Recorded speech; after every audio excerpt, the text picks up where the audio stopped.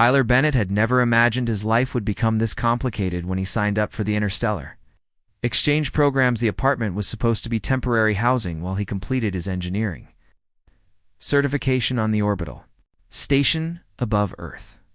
But the housing committee had other plans and paired him with an alien roommate from the Valerian system. Her name was something unpronounceable in her native tongue, so she told him to call her Luna, and from the moment she walked through the door, Tyler knew his quiet life was over.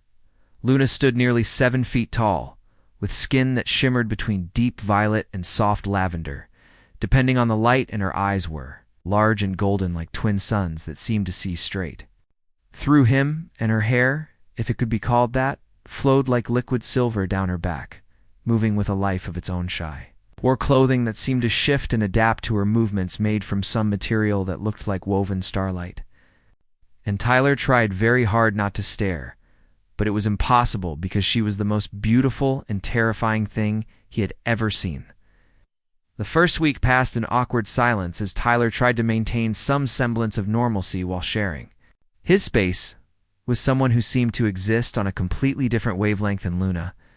Watched him with those golden eyes studying his every movement, like he was some fascinating specimen. She had habits that drove him crazy, like leaving her translation device scattered around the apartment or practicing her meditation rituals at 3 in the morning, which involved floating 6 inches off the ground while humming in frequencies that made his teeth ache. But she also did things that made his heart race, like the way she tilted her head when she was curious, or how she laughed at his terrible jokes even when she did not fully understand them, and the way she said his name with that melodic accent that made it sound like music. One evening, Tyler came home from his shift at the engineering bay exhausted and covered in grease from repairing one of the station ventilation systems, and he wanted nothing more than a hot shower, and his bed. Luna was in the common area doing something on her datapad, and she looked up when he entered and smiled that impossible smile that showed too many teeth but somehow still managed to be beautiful. Tilla mumbled a greeting and headed for the shower, and the hot water felt amazing against his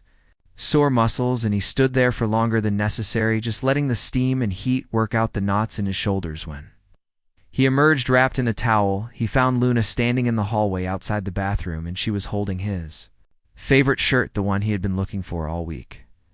But something was different, and her shimmer had changed to a deeper, more intense violet, and her eyes seemed brighter, more focused, and the air around her felt charged with something electric. She held out the shirt to him, and when he reached for it, she did not let go, and instead, she stepped closer, invading his personal space in a way that made his breath catch. Tyler suddenly became very aware that he was wearing only a towel, and that Luna was looking at him with an intensity that made his skin feel hot and his pulse quicken. She said something in her language, soft and melodic, and her translation device was not on her, so he had no idea what she meant, but the way she said it made his stomach flip. Then she did something that changed everything, and she reached up with one slender hand and touched his chest, right over his heart, and her skin was warm and sent little sparks of sensation through him.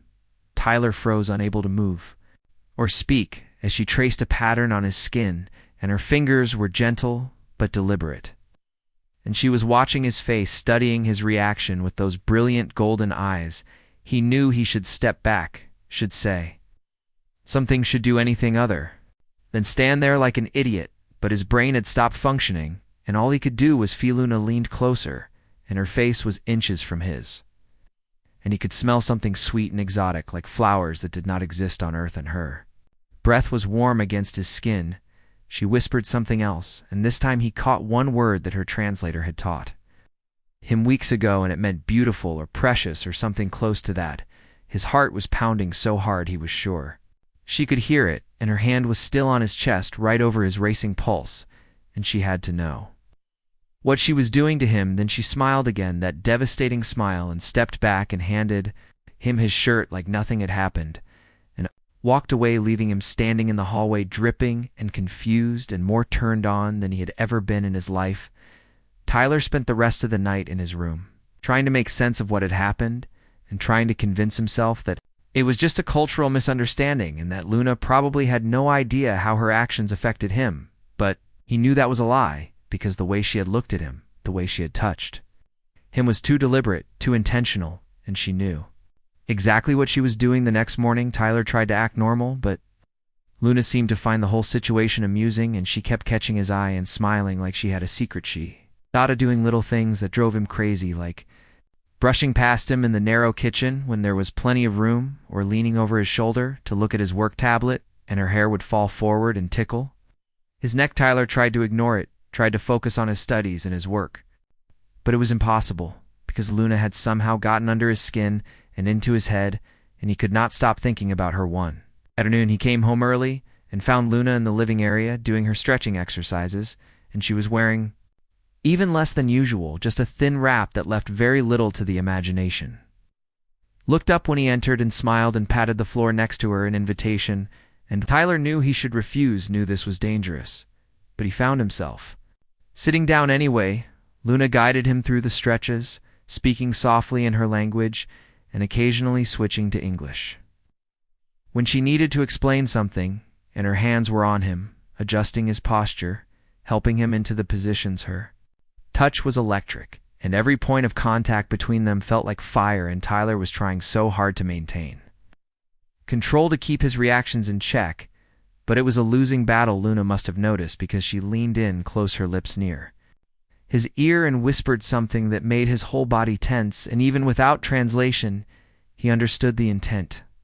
He turned to look at her, and she was so close, and her eyes were dark with something that looked like hunger, and her lips were parted, and he could see the rapid flutter of her pulse in her throat. Tyler made a decision that was probably stupid but felt inevitable, and he closed the distance between them and kissed her. Luna made a sound of surprise that quickly turned into something else, and she kissed him back with an intensity that stole his breath, and her mouth was hot and sweet and nothing like he had imagined. They broke apart, both breathing hard, and Luna was looking at him with wonder and desire and something else he could not name, and she touched his face gently, tracing his features like she was memorizing them. She said something in her language, and this time he understood it. Somehow understood that she was saying she had wanted this, wanted him since the moment they met. Tyler pulled her close again, and they fell into each other, and all the tension and frustration of the past weeks finally found release. Later, as they lay tangled together on the floor, Luna traced patterns on his skin and spoke softly about her world and her people and how they chose their partners, and Tyler listened and held her and felt something shift in his chest. She told him that Valerians bonded for life, that when they chose someone it was forever, and she looked at him with those golden eyes and asked if that scared him. Tyler thought about it, thought about his life before Luna and his plans for the future and everything he had imagined, and then he looked at her, really looked at her, and realized that none of it mattered without her. He told her no, it did not scare him, and he kissed her again to prove it. Luna smiled that beautiful, impossible smile and pulled him closer and whispered against his lips that he was hers now, and she was his, and nothing would change that. The weeks that followed were a blur of work and study, and stolen moments with Luna and Tyler had never been happier, and the apartment that had felt too small now felt perfect, because it meant being close to her. His friends noticed the change in him, noticed that he smiled more, laughed easier, and seemed lighter somehow, and when they asked, he just said he had a good roommate. Luna integrated into his life seamlessly, and she came to his work functions and charmed his colleagues with her wit and intelligence, and she supported his studies and pushed him to be better, and at night she was his completely, and they would talk for hours about everything and nothing, and she would tell him stories about her world, and he would share his dreams and fears. One evening, as they sat on their small balcony watching the stars, Luna turned to him with a serious expression and told him that her time on the station was coming to an end, and soon she would have to return home. Tyler felt his heart drop, because he had known